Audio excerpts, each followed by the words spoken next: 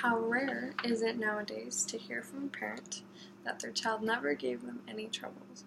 Well, the mother of Jeffrey R. Holland recounts, "I let him go to a party with the understanding that he would be home by 10 o'clock. Later, when he remembered and looked at the clock and realized that he only had 15 minutes to make it home, he ran from one end of St. George, Utah, to the other." Let's just say he was very grounded.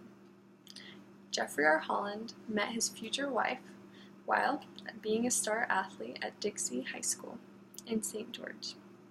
She waited for his return from serving a full-time mission for the Church of Jesus Christ of Latter-day Saints in England. On his mission, he changed his career from deciding to be a medical doctor to becoming a religious educator.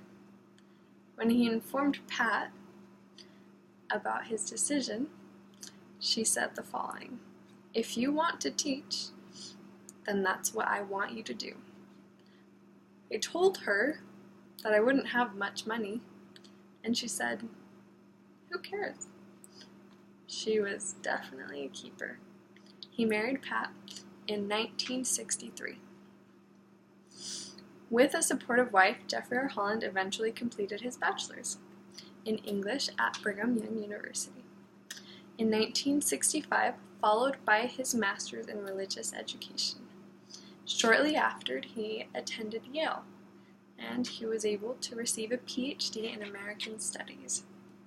Now with 3 children, he was offered a position as an instructor in Yale, but after receiving an undeniable answer to prayer, the Hollands decided to move to Utah to be one of the lowest instructors at the University of Utah's Institutes of Religion.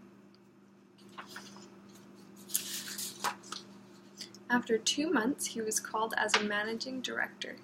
Jeffrey's professors at Yale thought he was crazy, but he never looked back. Mrs. Holland shares how the scripture tells us that every man has a gift. She states that Jeff's gift is once he prays and makes a decision, he acts on it and never looks back.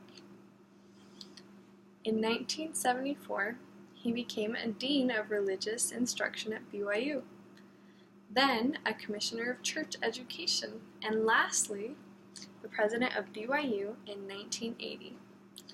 He also served in many church leadership positions and callings before becoming an apostle for the LDS Church in 1994.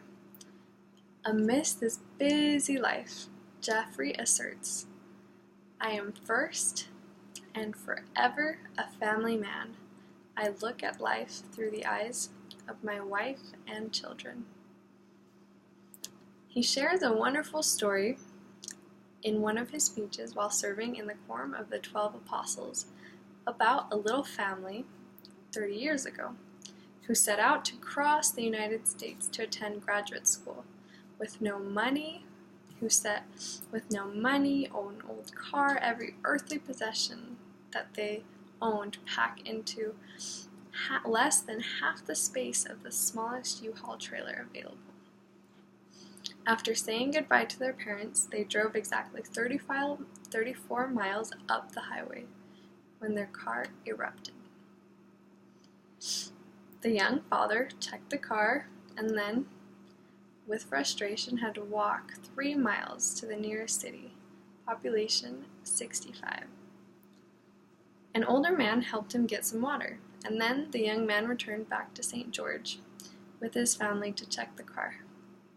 After 2 hours at the mechanic's, nothing was found. Everything was fine, so they got back on the road. Then the car broke down at the exact same place. With 2,600 miles left to go, he walked back to the old man, who said, "Well, you might make that trip, and your wife and those 2 little kitties might make that trip, but none of you are going to make that trip in that car."